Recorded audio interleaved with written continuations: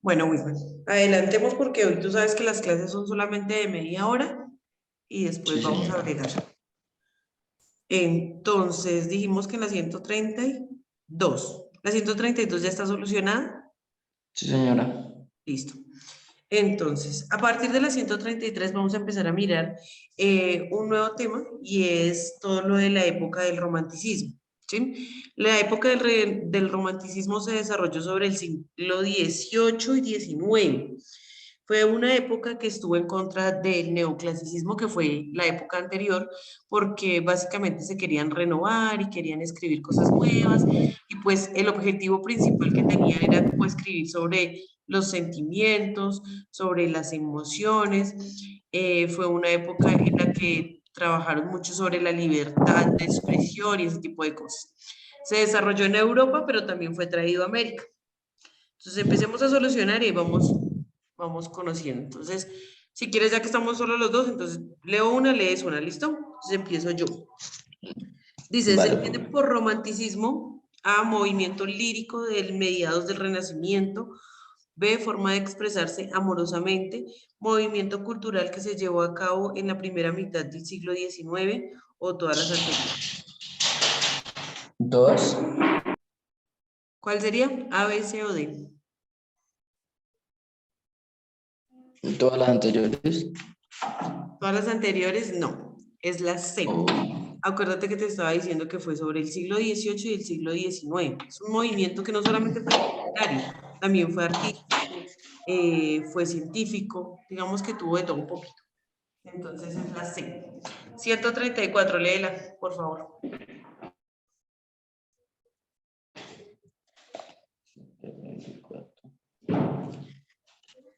el movimiento del romanticismo se opone al movimiento A. De los poetas malditos. B. Existencialistas.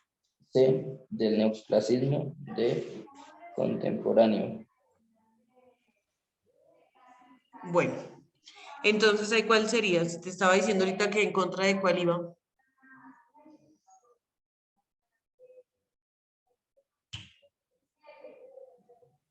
Se te olvidó.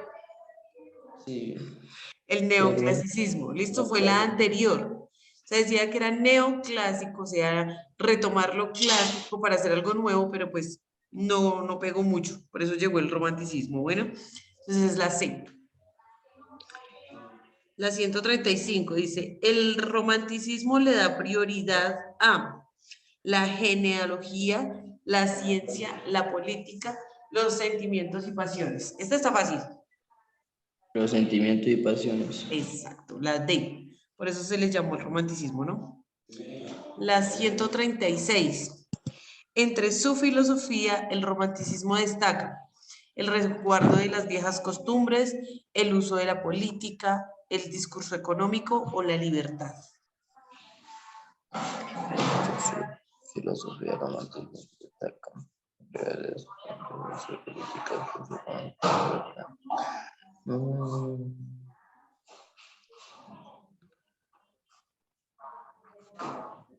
Uy, no sé.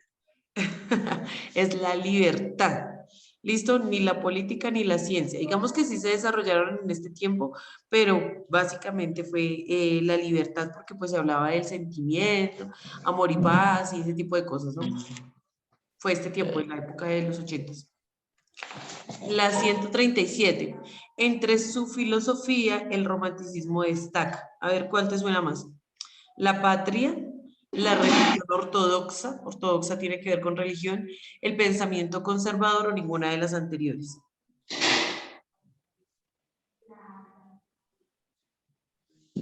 El pensamiento, la religión. Es ninguna porque pues te acuerdas que te estaba diciendo, tiene que Comprendo. ver con la libertad, con los pensamientos, con las emociones. Ahí no está, en ninguna de las anteriores. Por ende, ahí sería la D. Otra vez. La 138, léela, por favor. Ah, no, la 130 Sí, 138. Entre su filosofía, el romanticismo destaca A. Idealismo y sueños inalcanzables. B. Futurismo C. Ciencia ficción. D. La novela policíaca. ¿De qué crees que escribían? Dentro de esos cuatro, ¿de qué crees que podían escribir en el romanticismo? Si es algo romántico, ¿a qué te suena? La novela. La novela policíaca, ¿no? Porque pues tiene que ver más como con suspenso y esas cosas, ¿no? Ah, ok. Algo más romántico. Entonces la La A, el idealismo y los sueños inalcanzables. Por eso se dice que el romanticismo fue eso, se llamó romanticismo por eso, porque se le dio como mucha importancia a todo eso que tenía que ver con los sentimientos, con las emociones, con las cosas buenas y las cosas malas que se pueden sentir. ¿Listo? Acá, esta te la contesto yo, la 139, dice, el siguiente es un autor influyente del romanticismo. De estos cuatro, hay uno que obviamente no puede ser, que es Adolfo Hitler. Adolfo Hitler no tiene, bueno, sí, él escribió un libro, pero no tiene nada que ver con el romanticismo. No sé si has escuchado sobre él. ¿Has escuchado de no, Adolfo señora. Hitler? No, señora. Bueno, el principal precursor de toda la guerra nazi, uno de los principales causantes de muertes y exterminios. No tiene nada que ver aquí con la literatura. El señor Lope de Vega es un poeta, pero no pertenece a la época, es más antiguo. El señor Eduardo Galeano es un periodista que tampoco tiene nada que ver. Entonces, el representante que está en este momento ahí es el señor Adolfo Becker, que fue un escritor entre 1830 y 1835, que fue como el apogeo del romanticismo. ¿Listo? Entonces, la D. Y la siguiente también tiene que ver con una escritora en este caso, ¿sí? La escritora puede ser Sor Juana Inés de la Cruz, no sé si te acuerdas, pero la estuvimos mirando en el Renacimiento, o sea que de ahí sale. La escritora de ahí es la señora Rosalía de Castro, ¿sí? Porque ella es la única que es escritora realmente de ahí, que puede ser de esa época. Escribió un libro que se llama Cantares. La otra es una señora que pertenece como a los caballos o alguna cosa, ya no me acuerdo qué hizo Alexandra Épona. Entonces es la B, Rosalía de Castro. Pertenece a la época y escribió su libro más importante, se llama Cantares. El siguiente, a ver, ¿a qué te suena a ti el realismo? Ah, no, bueno, pues es que acá dicen dónde surgió. Bueno, el realismo surge en América, únicamente en Latinoamérica, en Europa o en todas las anteriores. El realismo hace parte del romanticismo, o sea, se generó a partir del romanticismo. Se suponía que era como darle importancia a las cosas como suceden, ¿sí?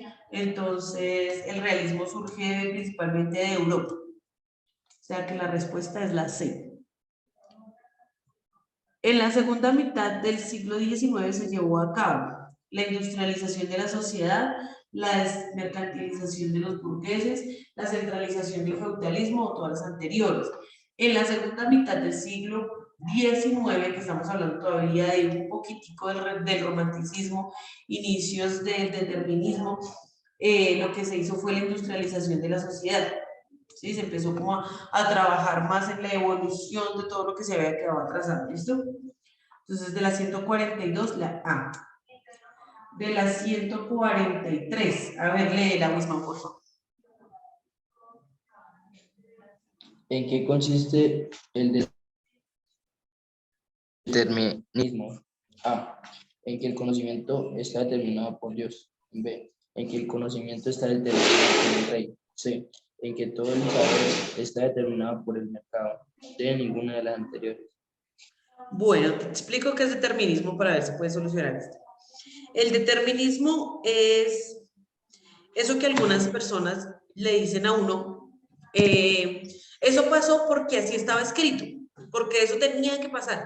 Eso es determinismo. Cuando usted dice, ah, no, es que eso ya estaba prefijado, eso ya estaba escrito, por decirlo así.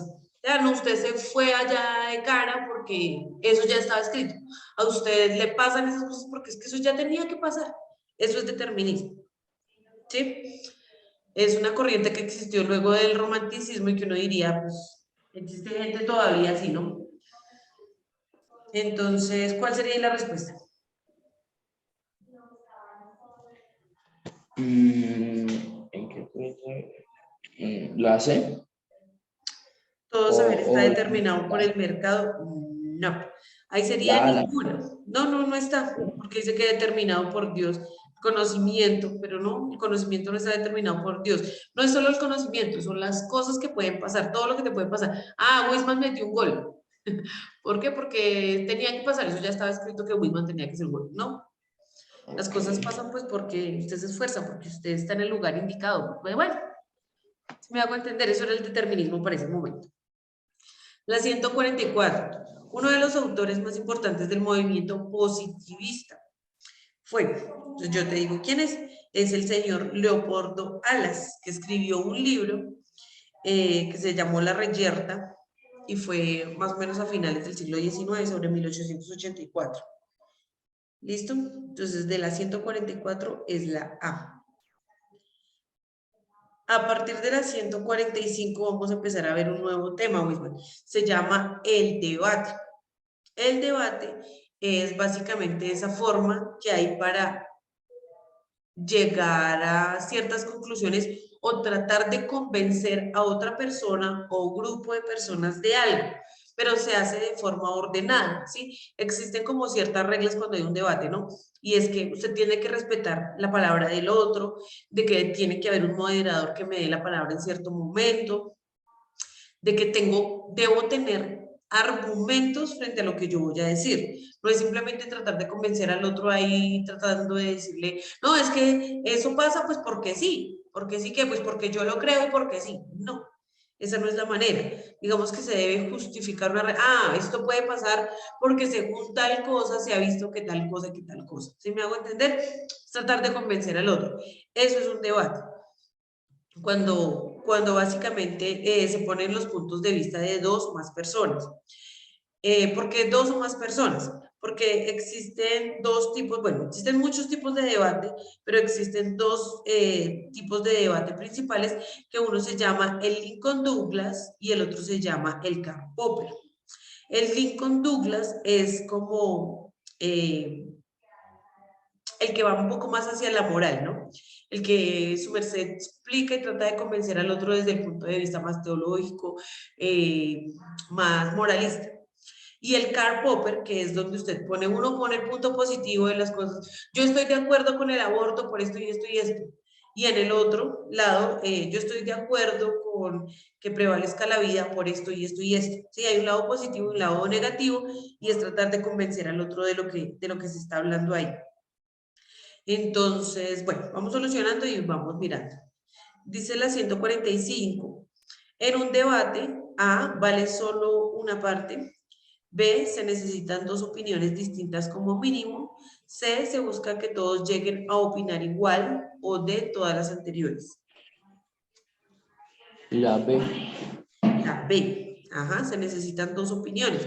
O si no, no existiría el debate. Si los dos estamos de acuerdo en algo, pues ¿para qué vamos a debatir? ¿Listo? La 146. En un debate debe haber A, un árbitro, B, un moderador, C, un violentador, D, un conservador y archivero. ¿Cuál te dije que tenía que haber ahí, que tenía que estar dándole la palabra a los otros?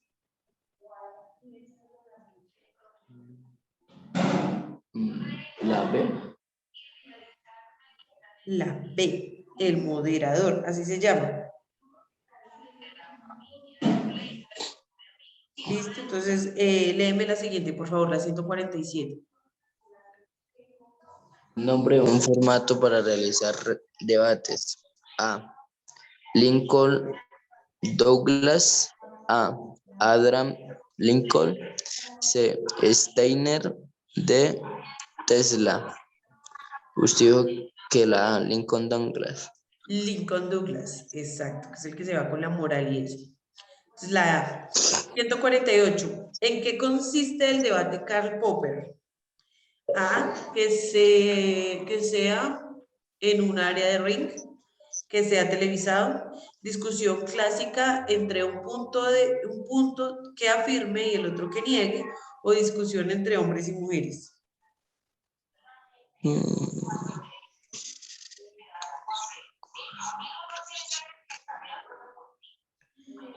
¿Cuál será?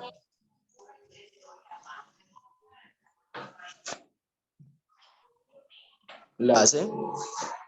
La C, discusión clásica entre un punto que afirme y el otro que niegue. ¿Te acuerdas que te estaba diciendo? Hay uno que pone el punto positivo. Ah, bueno, listo, estamos de acuerdo con el aborto. Y en el otro no estamos de acuerdo con el aborto. ¿Listo? Ese es básicamente como el de Karl Popper, como poner puntos de vista positivos y negativos y tratar de convencer al otro. Listo, la 149. Un debate es lo mismo que A, una confrontación de ideas y conceptos, antítesis, una discusión, una conversación sobre el mismo punto de vista.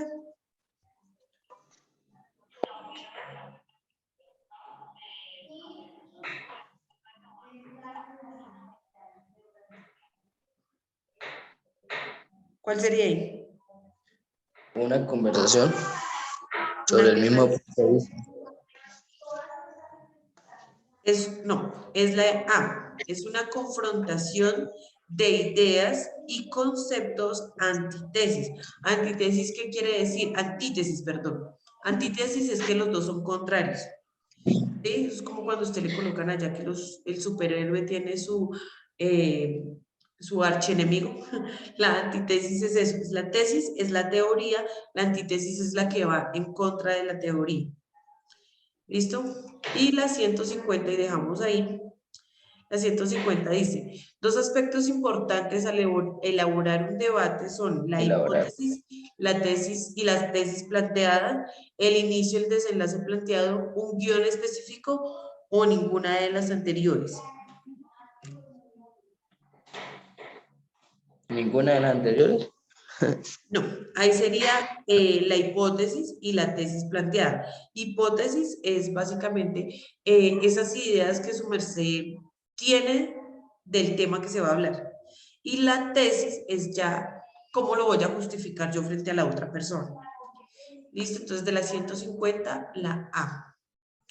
Wisman, y yo creo que dejamos ahí, nos sobraron 5 minutos antes, porque no nos podemos adelantar tanto, porque con los del sábado voy igual, las 150. Nos quedan 2 clases, esas 2 clases son de 25 preguntas, como las hemos estado solucionando, 25 y 25 preguntas. Las clases se terminan dentro de 2 semanas, ¿listo? O sea, la segunda semana de noviembre. ¿Listo? Wisman, que estés Sí, muy señora. bien. Nos vemos Igualmente, dentro de 8 días. con el favor de Dios. Que te rinda. Hasta luego, bro. Muchas gracias. Que esté bien.